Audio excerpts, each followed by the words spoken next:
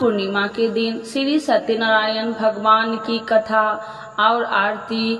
तो एक बार बोलिए प्रेम से विष्णु भगवान की जय, लक्ष्मी माता की जय। यह कथा सुनने से दुख शोक आदि को दूर करने वाला है, धन्य धान्य को बढ़ाने वाला, सौभाग्य तथा संतान को देने वाला है। प्रथम अध्याय। एक समय की बात है, नैशिरण्य तीर्थ में सौनकादि 88,000 ऋषियों ने श्री सूत जी से पूछा, हे प्रभु, इस कलयुग में वेद विद्या रहित मनुष्य को प्रभु भक्ति किस प्रकार मिल सकती है तथा उनका उद्धार कैसे होगा।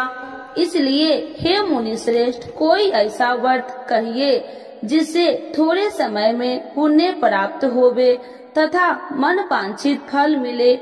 ऐसा कथा सुनने की हमारी इच्छा है।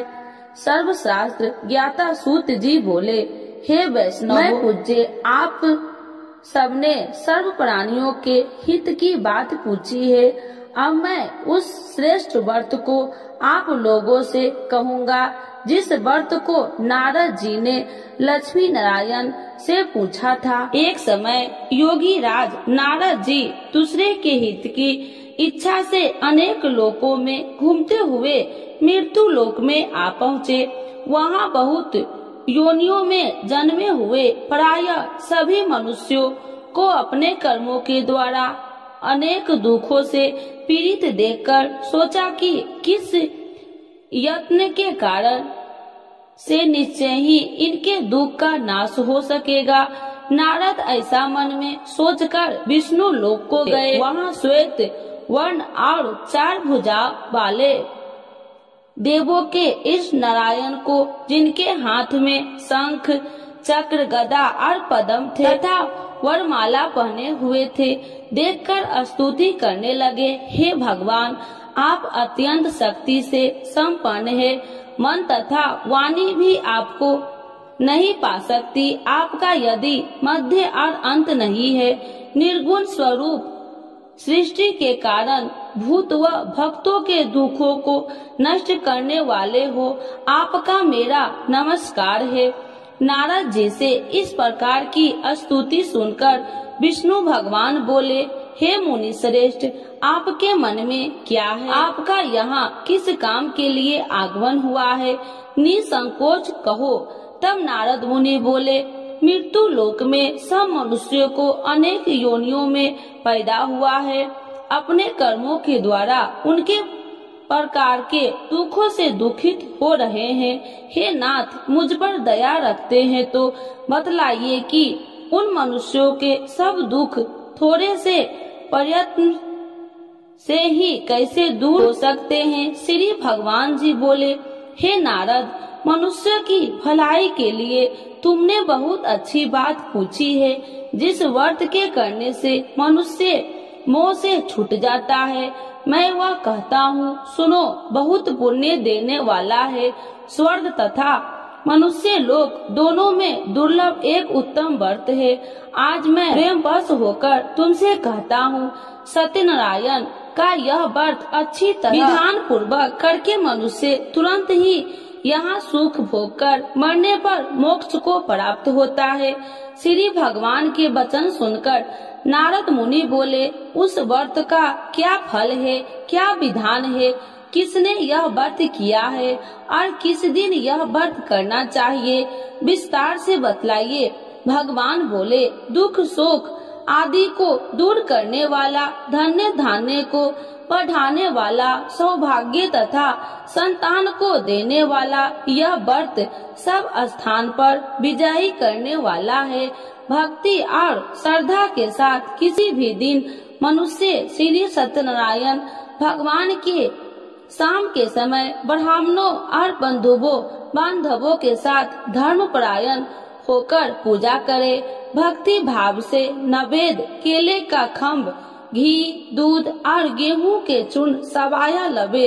गेहूं के अभाव में साठी के चूर्ण, शक्कर तथा गुड़ ले आए और सब भक्षण योग पदार्थ जमा करके भगवान को अर्पण कर देवे तथा बंधुओं समेत ब्राह्मणों को भोजन करवावे तत्पश्चात स्वयं भोजन करके नित्य गीत आदि का आचरण कर सत्यनारायण भगवान को स्मरण करते हुए समय व्यतीत करे। इस तरह व्रत करने पर मनुष्य की इच्छा निश्चय ही पूरी होती है। विशेषकर कली काल में भूमि पर यही मोक्ष का सरल उपाय है। इति श्री सत्यनारायण व्रत कथा प्रथम अध्याय संपूर्ण। तो एक बार बोलिए प्रेम से श्री सत्यनारायण भगवान की जय। द्वितीय अध्याय। सूत जी बोले, हे ऋषियों, जिन्होंने पहले समय में इस व्रत को किया है उनका वृत्तांत कहता हूँ, ध्यान से सुनो। सुंदर काशीपुरी नगरी में अति निर्धन ब्राह्मण रहता था। वह भूख और प्यास से बेचैन हुआ नित्य ही पृथ्वी पर घूमता था। ब्राह्मणों से प्रेम करने वाले भगवान ने ब्राह्मण को दुखी देखकर बूढ़े ब्राह्मण का रूप धरकर उसके पास जा आदर के साथ पूछा, हे वृद्ध, नित्य दुखी हुआ पृथ्वी पर क्यों घूमता है? हे श्रेष्ठ ब्राह्मण, यह सब मुझसे कहो, मैं सुनना चाहता हूँ। ब्राह्मण बोला, मैं बहुत निर्धन ब्राह्मण हूँ, भिक्षा के लिए पृथ्वी पर फिरता हूँ। हे भगवान, यदि आप इसका उपाय जानते हैं तो कृपा कर कहो। वृद्ध ब्राह्मण बोला कि सत्यनारायण भगवान मनोवांछित फल देने वाले हैं, इसीलिए हे ब्राह्मण, तू उनका पूजन कर, जिसके करने से मनुष्य सब दुखों से मुक्त होता है। ब्राह्मण को व्रत का सारा विधान बतलाकर बूढ़े ब्राह्मण का रूप धारण करने वाले सत्यनारायण भगवान अंतर ध्यान हो गए। जिस व्रत को वृद्ध ब्राह्मण ने बतलाया, मैं उसको अभ्यास करूंगा। यह निश्चय करने पर उस ब्राह्मण को भी नींद न आई। वह सवेरे के लिए चला। उस दिन उसको भिक्षा में बहुत सा धन मिला, जिससे बंधु बांधवों के साथ उसने सत्यनारायण का व्रत किया। उसके करने से वह ब्राह्मण सब दुखों से छूटकर अनेक प्रकार की संपत्तियों से युक्त हुआ। उस समय से वह ब्राह्मण हर मास व्रत करने लगा। इस तरह सत्यनारायण भगवान के व्रत को जो करेगा सब पापों से छूटकर मोक्ष को प्राप्त होगा। आगे जो पृथ्वी पर सत्यनारायण का व्रत करेगा वह मनुष्य सब दुखों से छूट जाएगा। इस तरह नारद जी ने सत्यनारायण का कहा हुआ यह व्रत तुमने कहा, हे वृद्ध, अब मैं और क्या कहूँ? ऋषि बोले, हे मुनि श्रेष्ठ, संसार में इस ब्राह्मण से सुनकर किस किस ने इस व्रत को किया, हम सब वह सुनना चाहते हैं। इसके लिए हमारे मन में श्रद्धा है। सूत जी बोले, हे मुनियों, जिसने इस व्रत को किया है वह सब सुनो। एक समय वह ब्राह्मण धन और ऐश्वर्य के अनुसार बंधु बांधवों के साथ व्रत करने को तैयारी हुआ। उसी समय एक लकड़ी बेचने वाला बूढ़ा आदमी आया और बाहर लकड़ियों को रखकर ब्राह्मण के मकान में गया। प्यास से दुखी लकड़हारा उनको व्रत करते देखकर ब्राह्मण को नमस्कार करके पूछने लगा कि आप यह क्या कर रहे हैं और इसके करने से क्या फल मिलता है, कृपया करके मुझसे कहो। ब्राह्मण ने कहा, सब मनोकामनाओं को पूरा करने वाला यह सत्यनारायण भगवान का व्रत है। इसकी ही कृपा से मेरे यहाँ धन्य धान्य आदि की वृद्धि हुई है। ब्राह्मण से व्रत के बारे में जानकर लकड़हारा बहुत प्रसन्न हुआ। चरणामृत ले और प्रसाद खाने के बाद अपने घर को आया। लकड़हारे ने मन में इस प्रकार का संकल्प किया कि आज ग्राम में लकड़ी बेचने से जो धन मिलेगा उसी से सत्यनारायण देव का उत्तम व्रत करूंगा। यह मन में विचार कर वह बूढ़ा लकड़हारा लकड़ियां अपने सिर पर रखकर जिस नगर में धनवान लोग रहते थे वह ऐसे ही सुंदर नगर में गया। उस दिन वहां पर बूढ़े को उन लकड़ियों का दाम पहले दिनों से 100 गुना मिला। तब वह बूढ़ा लकड़हारा दाम ले और अति प्रसन्न होकर पक्के केले की फली, शक्कर, घी, दूध, दही और गेहूं का चूर्ण इत्यादि सत्यनारायण भगवान के व्रत को कुल सामग्रियों को लेकर अपने घर गया। फिर उसने अपने भाइयों को बुलाकर विधि के साथ भगवान का पूजन और व्रत किया। उस व्रत के प्रभाव से बूढ़ा लकड़हारा धन धान्य आदि से युक्त हुआ और संसार के समस्त सुख भोगकर वैकुंठ को चल गया। इति श्री सत्यनारायण व्रत कथा 2य अध्याय संपूर्ण। तो एक बार बोलिए प्रेम से श्री सत्यनारायण भगवान की जय। 3य अध्याय। श्री सूत जी बोले, हे श्रेष्ठ मुनियों, अब मैं आगे की एक कथा कहता हूँ। प्राचीन काल में उल्कामुख नाम का एक महान ज्ञानी राजा था। वह जितेंद्रिय और सत्यव्रता था। प्रतिदिन मंदिरों में जाता तथा गरीबों को धन देकर उनके दुख दूर करता था। उसकी पत्नी कमल के समान सुंदर मुख वाली और सती साध्वी थी। एक दिन भद्रशिला नदी के तट पर वे दोनों विधि विधान से सहित श्री सत्यनारायण भगवान का व्रत कर रहे थे। उस समय वहाँ साधु नामक एक वैश्य आया। उसके पास व्यापार के लिए बहुत सा धन था। वह वैश्य नाम को नदी के किनारे पर ठहराकर राजा के पास आया। राजा को व्रत करते हुए देखकर उसने विनय पूर्वक पूछा, हे राजन, यह आप क्या कर रहे हैं? मेरी सुनने की इच्छा है, कृपया आप यह मुझे भी समझाइए। महाराज उल्कामुख ने कहा, हे साधु वैश्य, मैं अपने बंधु बांधवों के साथ पुत्र की प्राप्ति के लिए श्री सत्यनारायण भगवान का व्रत व पूजन कर रहा हूँ। राजा के वचन सुनकर साधु नामक वैश्य ने आदर से कहा, हे राजन, मुझे भी इसका संपूर्ण विधि विधान बतलाइए। मैं भी आपके कहे अनुसार इस व्रत को करूँगा। मेरी भी कोई संतान नहीं है। मुझे विश्वास है कि इस उत्तम व्रत को करने से अवश्य ही मुझे भी संतान होगी। राजा से व्रत के सब विधान सुन व्यापार से निवृत्त हो वह वैसे सुख पूर्वक अपने घर आया। उसने अपनी पत्नी को संतान देने वाले उस व्रत के विषय में सुनाया और प्रण किया कि जब मेरे संतान होगी तब मैं इस व्रत को करूँगा। वैश्य ने यह वचन अपनी पत्नी लीलावती से भी कहे। एक दिन उसकी पत्नी लीलावती श्री सत्यनारायण भगवान की कृपा से गर्भवती हो गई। 10वें महीने में उसने एक अति सुंदर कन्या को जन्म दिया। दिनों दिन वह कन्या इस तरह बढ़ने लगी जैसे शुक्ल पक्ष का चंद्रमा बढ़ता है। कन्या का नाम उन्होंने कलावती रखा। तब लीलावती ने मीठे शब्द में अपने पति को याद दिलाया कि आपने जो भगवान का व्रत करने का संकल्प किया था, अब आप उसे पूरा कीजिए। साधु वैश्य ने कहा, हे प्रिय, मैं कलावती के विवाह पर इस व्रत को करूँगा। इस प्रकार अपनी पत्नी को विश्वास दे वह व्यापार करने विदेश चला गया। कलावती पितृगृह में वृद्धि को प्राप्त हो गई। लौटने पर साधु ने जब नगर में सखियों के साथ अपनी वयस्क होती हुई पुत्री को खेलते देखा तो उसने उसके विवाह की चिंता हुई। तब उसने एक दूत को बुलाकर कहा कि उसकी पुत्री के कोई सुंदर वर देखकर लाए।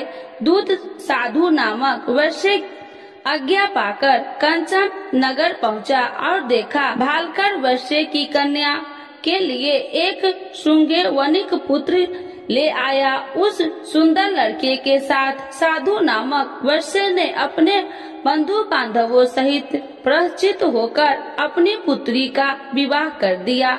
दुर्भाग्य से वह विवाह के समय श्री सत्यनारायण भगवान का व्रत करना भूल गया। इस पर श्री सत्यनारायण अत्यंत क्रोधित हो गए। उन्होंने वैश्य को श्राप दिया कि तुम्हें दारुण दुख प्राप्त होगा और फिर अपने कार्यों में कुशल हुआ वैश्य अपने दामाद सहित नाव पर डेरा लेकर व्यापार करने के लिए सागर के समीप स्थिर रत्न सारनपुर नगर में गया। रत्न सारनपुर चंद्रकेतु नामक राजा राज करता था। दोनों ससुर जमाई चंद्रकेतु राजा के उस नगर में व्यापार करने लगे। एक दिन भगवान श्री सत्यनारायण की माया से प्रेरित एक चोर राजा चंद्रकेतु का धन चुराकर भाग रहा था। राजा के दूत को अपने पीछे तेजी से आते देखकर चोर ने घबराकर राजा को धन को वैश्य की नाव में चुपचाप रख दिया। वहाँ से ससुर जमाई ठहरे हुए थे और भाग गया। जब दूत ने उस वैश्य के पास राजा के धन को रखा देखा तो उन्होंने उस ससुर दामाद को ही चोर समझा। वे उन ससुर दामाद को दोनों को बांधकर ले गए और राजा के समीप जाकर बोले, आपका धन चुराने वाला ये दोनों चोर हम पकड़कर लाए हैं, देखकर आज्ञा दे। तब राजा ने बिना उस वैश्य की बात सुने उन्हें कारागार में डालने की आज्ञा दे दी। इस प्रकार राजा की आज्ञा से उनको कारावास में डाला दिया गया तथा उनका सारा धन भी छीन लिया गया। श्री सत्यनारायण भगवान के श्राप के कारण उस वैश्य की पत्नी लीलावती व पुत्री कलावती भी घर पर बहुत दुखी हुई। उनका सारा धन चोर चुरा कर ले गए। मानसिक व शारीरिक पीड़ा तथा भूख प्यास से अति दुखी हो भोजन की आस में कलावती एक ब्राह्मण के घर गई। उसने ब्राह्मण को श्री सत्यनारायण भगवान का व्रत विधि पूर्वक करते देखा। उसने कथा सुनी और श्रद्धा पूर्वक प्रसाद ग्रहण कर रात को घर आई। माता ने कलावती से पूछा, हे पुत्री, तू अब तक कहाँ रही? मैं तेरे लिए बहुत चिंतित थी। माता के शब्द सुन कलावती बोली, हे माता, मैंने एक ब्राह्मण के घर श्री सत्यनारायण भगवान का व्रत होते देखा और मेरी भी उस उत्तम व्रत को करने की इच्छा है। माता ने कन्या के वचन सुनकर श्री सत्यनारायण भगवान के पूजन की तैयारी की। उसने बंधुओं सहित श्री सत्यनारायण भगवान का पूजन व व्रत किया और वर मांगा कि मेरे पति और दामाद शीघ्र ही घर लौट आए। साथ ही विनती की, हे प्रभु, अगर हमसे कोई भूल हुई तो हम सबका अपराध क्षमा करो। श्री सत्यनारायण भगवान इस व्रत से संपन्न हो गए। उन्होंने राजा चंद्रकेतु को स्वप्न में दर्शन देकर कहा, हे राजन, जिन दोनों वैश्यों को तुमने बंदी बना रखा है वे निर्दोष है। उन्हें प्रातः ही छोड़ दो। उनका सब धन जो तुमने अधिग्रहित किया है लौटा दो, अन्यथा मैं तुम्हारा राज्य, धन, पुत्र आदि सब नष्ट कर दूंगा। राजा से ऐसे वचन सुनकर भगवान अंतर्ध्यान हो गए और फिर प्रातः काल राजा चंद्रकेतु के दरबार में सबको अपना स्वप्न सुनाया और सैनिक को आज्ञा दी कि दोनों वैश्य को कैद से मुक्त कर दरबार में ले आओ। दोनों ने आते ही राजा को प्रणाम किया। राजा ने कोमल वचनों से कहा, हे महामुने भावो, तुम्हें अज्ञानतावश ऐसा कठिन दुख प्राप्त हुआ है।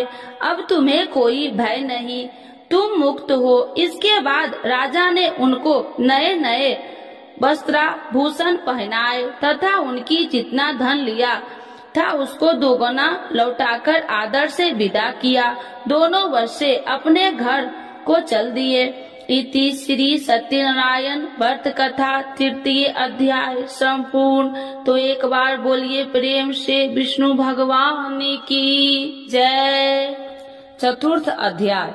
सूत जी ने आगे कहा, वैश्य ने यात्रा आरंभ की और अपने नगर को चला। अनेक थोड़ी दूर आगे बढ़ने पर दंडी वेशधारी श्री सत्यनारायण भगवान ने उसकी परीक्षा लेने हेतु उससे पूछा, हे वैश्य, तेरी नाव में क्या है? अभिमान वणिक हंसता हुआ बोला, हे दंडी, आप क्यों पूछते हैं? क्या धन लेने की कामना है? मेरी नाव में तो बेल के पत्ते भरे हैं, वैश्य ने ऐसे वचन सुनकर दंडी वेशधारी श्री सत्यनारायण भगवान बोले, तुम्हारा वचन सत्य हो। ऐसा कहकर वे वहाँ से चले गए और कुछ दूर जाकर समुद्र के तट पर बैठ गए। दंडी महाराज के जाने के पश्चात वैश्य ने नित्य क्रियाओं से निपुण होने के बाद नाव को ऊंची उठी देखकर अचंभा किया तथा नाव में बेल के पत्ते आदि देखकर मूर्छित हो जमीन पर गिर पड़ा। मूर्छित खुलने पर अति शोक करने लगा। अब उसके दामाद ने कहा, आप शोक न करे, यह दंडी महाराज का श्राप है, अतः हमें उनकी शरण में ही चलना चाहिए, वही हमारे दुखों का अंत करेंगे। दामाद के वचन सुनकर वह वैश्य दंडी भगवान के पास पहुंचा और अत्यंत भक्ति भाव से पश्चाताप करते हुए बोला, मैंने तो आपसे अत्यंत वचन कहे थे, उनके लिए मुझे क्षमा करे। ऐसा कहकर वह शोकातुर हो रोने लगा। तब दंडी भगवान बोले, हे वनिक पुत्र, मेरी आज्ञा से ही बार बार तुझे दुख कष्ट प्राप्त हुआ है, तू मेरी पूजा से विमुख हुआ है। तब उस वैश्य ने कहा, हे भगवान, आपकी माया को ब्रह्मा आदि देवता भी नहीं जान पाते, तब मैं मूर्ख भला कैसे जान सकता हूँ। आप प्रसन्न होइए, मैं अपनी क्षमता अनुसार आपकी पूजा करूँगा। मेरी रक्षा कीजिए और मेरी नौका को पहले के समान धन से परिपूर्ण कर दीजिए। उसके भक्ति से परिपूर्ण वचन सुनकर श्री सत्यनारायण भगवान प्रसन्न हो गए और उसकी इच्छा अनुसार वर देकर अंतर्ध्यान हो गए। तब ससुर व दामाद दोनों ने नाव पर आकर देखा कि नाव धन से परिपूर्ण है। फिर वह विधि विधान से भगवान सत्यनारायण का पूजन कर साथियों सहित अपने नगर को चला। तब वह अपने नगर के निकट पहुंचा। तब उसने एक दूत को अपने घर भेजा। दूत ने साधु नामक वैश्य के घर जाकर उसकी पत्नी को नमस्कार किया और कहा, आपके पति अपने जमाता सहित इस नगर में समीप आ गए हैं। लीलावती और उसकी कन्या कलावती इस समय भगवान का पूजन कर रही थी। दूत का वचन सुनकर साधु की पत्नी ने बड़े हर्ष के साथ सत्यनारायण भगवान का पूजन पूर्ण किया और अपनी पुत्री से कहा, मैं अपने पति के दर्शन को जाती हूँ, तू पूजन पूर्ण कर शीघ्र आ जाना। परंतु कलावती पूजन एवं प्रसाद छोड़कर अपने पति के दर्शन के लिए चली गई। पूजन एवं प्रसाद की अवज्ञा के कारण भगवान सत्यनारायण ने रुष्ट हो उसके पति को नाव सहित पानी में डुबो दिया। कलावती अपने पति को न पाकर रोती हुई जमीन पर गिर पड़ी। नौका को डूबा हुआ तथा कन्या को रोती हुई देख साधु नामक वैश्य द्रवित होकर बोला, हे प्रभु, मुझसे या मेरे परिवार से अज्ञानतावश जो अपराध हुआ है उसे क्षमा करे। उसके ऐसे वचन सुनकर सत्यदेव भगवान प्रसन्न हो गए। आकाशवाणी हुई, हे वैश्य, तेरी पुत्री तेरा प्रसाद छोड़कर आई है, इसीलिए इसका पति अदृश्य हुआ है। यदि वह घर जाकर प्रसाद ग्रहण कर लौटे तो इसे इसका पति अवश्य मिलेगा।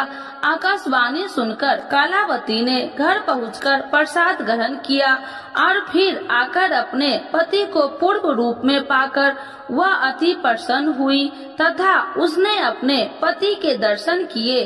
तत्पश्चात साधु वैश्य ने वही बंधु बांधवों सहित सत्य देव का विधि पूर्वक पूजन किया। वह इस लोक के सभी प्रकार के सुख भोग कर अंत में मोक्ष को प्राप्त हुआ। इति श्री सत्यनारायण व्रत कथा चतुर्थ अध्याय संपूर्ण। एक बार बोलिए प्रेम से श्री सत्यनारायण भगवान की जय। पंचम अध्याय। श्री सूत जी बोले, हे ऋषिगण, मैं एक और कथा कहता हूँ, आप सभी ध्यान से सुनो। सदा प्रजा के लिए चिंतित तुंगध्वज नाम का एक राजा था। उसने भगवान सत्यनारायण का प्रसाद त्याग कर बहुत कष्ट पाया। एक समय राजा वन में अन्य पशुओं को मारकर बर के वृक्ष के नीचे आया। वहाँ उसने ग्वालों को भक्ति भाव से बंधु बांधवों सहित श्री सत्यनारायण जी की पूजन करते देखा, परंतु राजा देखकर भी अभिमान के कारण न तो वहाँ गया और न ही सत्यदेव भगवान को नमस्कार ही किया। जब ग्वालों ने भगवान का प्रसाद उसके सामने रखा तो वह प्रसाद छोड़कर अपने नगर को चला गया।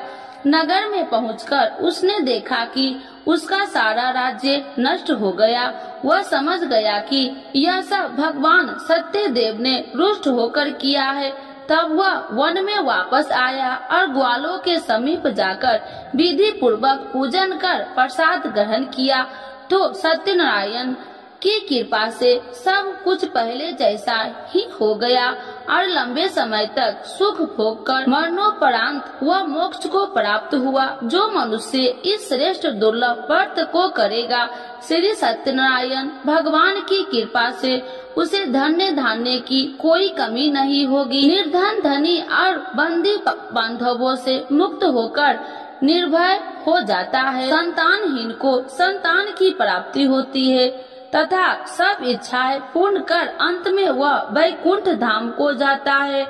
अब उनके बारे में भी जानिए जिन्होंने पहले इस व्रत को किया है। अब उनके दूसरे जन्म की कथा भी सुनिए। सतानंद नामक वृद्ध ब्राह्मण ने सुदामा के रूप में जन्म लेकर श्री कृष्ण की भक्ति एवं सेवा कर वैकुंठ प्राप्त किया। उल्का मुख नामक महाराज राजा दशरथ बने और श्री रघुनाथ का पूजन कर मोक्ष को प्राप्त हुए। साधु नाम के वैश्य ने धर्मात्मा व सत्य प्रतिज्ञ राजा मोर ध्वज बनकर अपने पुत्र को और से चीर कर वैकुंठ धाम प्राप्त किया। महाराज ध्रुमध्वज और स्वयंभू मनु बने।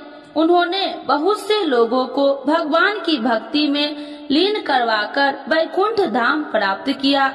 लकड़हारा अगले जन्म में गिरि नामक निषाद राजा बना, जिसने राम के चरणों की सेवा कर अपने सभी जन्मों को संवार लिया।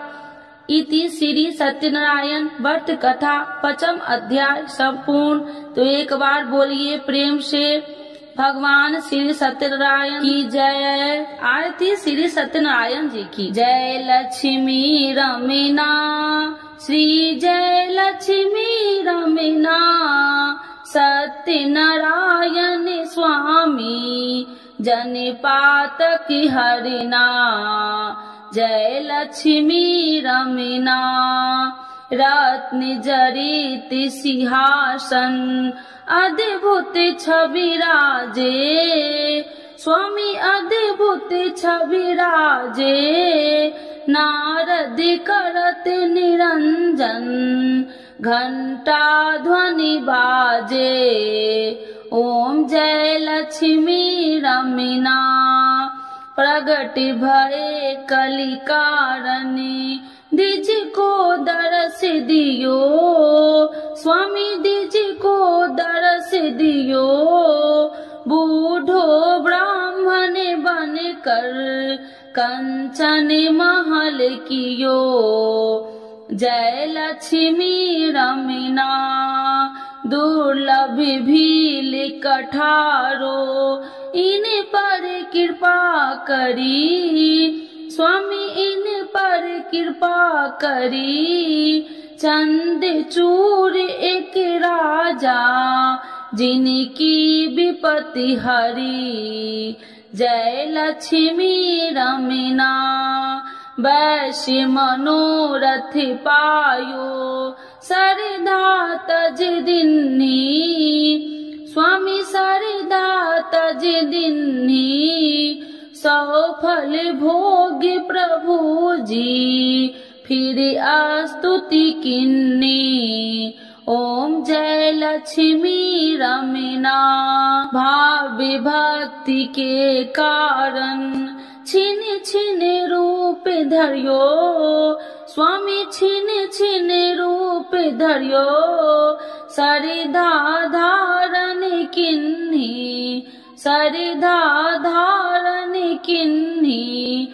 तिनको काज सयो ओम जय लक्ष्मी रमीना ग्वाल बाल संग राजा बन में भक्ति करी स्वामी बन में भक्ति करी मन वांछित फल दिन्नो दीन दयाल हरि जय लक्ष्मी रमीना चढ़त प्रसाद सबाय कदली फल में बा स्वामी कदली फल में बा धूप दीप तुलसी से राजी सत्य देवा ओम जय लक्ष्मी रमीना। श्री सत्यनारायण जी की आरती जो कोई नर गावे स्वामी जो कोई नर गावे कहत शिवानंद स्वामी मन वांछित फल पावे जय लक्ष्मी रमीना स्वामी जय लक्ष्मी रमीना। श्री सत्यनारायण भगवान की जय विष्णु भगवान की जय सर्व देवी देवताओं की जय।